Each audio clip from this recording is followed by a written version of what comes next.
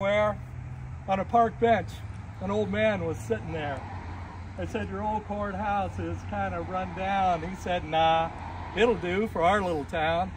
I said, "Your flagpole's leaned a little bit, and that's a ragged old flag you have hanging on it."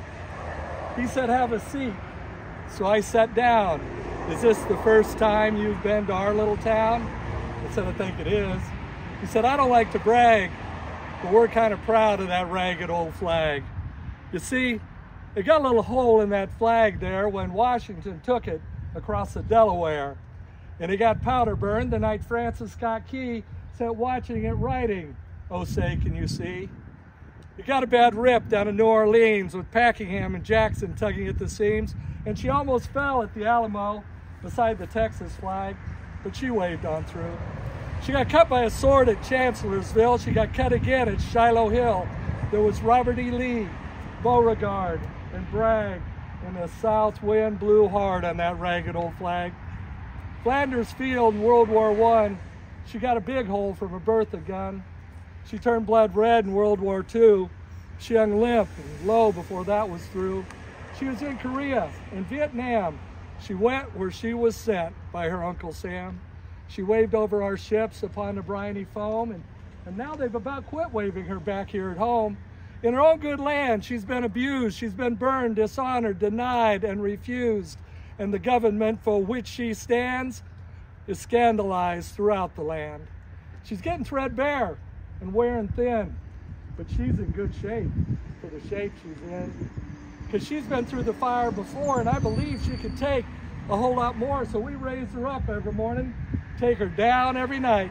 We don't let her touch the ground, and we fold her up right. On second thought, I do like to brag, because I'm mighty proud of that ragged old flag. And that's why I choose to pledge my allegiance to that flag of these United States of America and to the republic for which it stands, one nation under God, indivisible, with liberty and justice for all. For all, for every human being who has set foot on the soil of the United States of America, that flag represents liberty and justice for all. But more than that, it represents the hundreds of thousands, even millions of men and women who gave their life, their limb, their liberty, their sanity to make this and keep this the greatest nation on the face of the earth. Now, I'm proud to have been born in the great state of Nebraska. I'm proud to have lived in Georgia, Colorado, Nebraska, Texas, and over half my life right here in the land of Lincoln.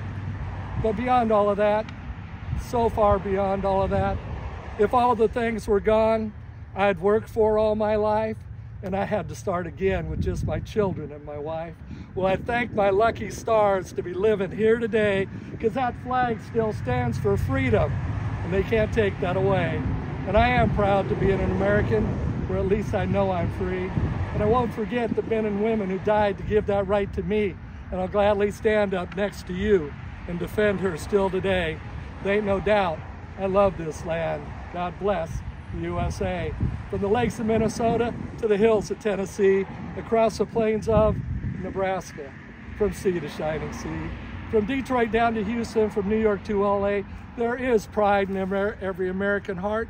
And it's time we stand and say that I am proud to be an American, or at least I know I'm free. And I won't forget the men and women who died to give that right to me, and I'll gladly stand up next to you and you and you and every one of you and defend her still today, because there ain't no doubt I love this land. God bless the USA, and God bless each and every one of us here today.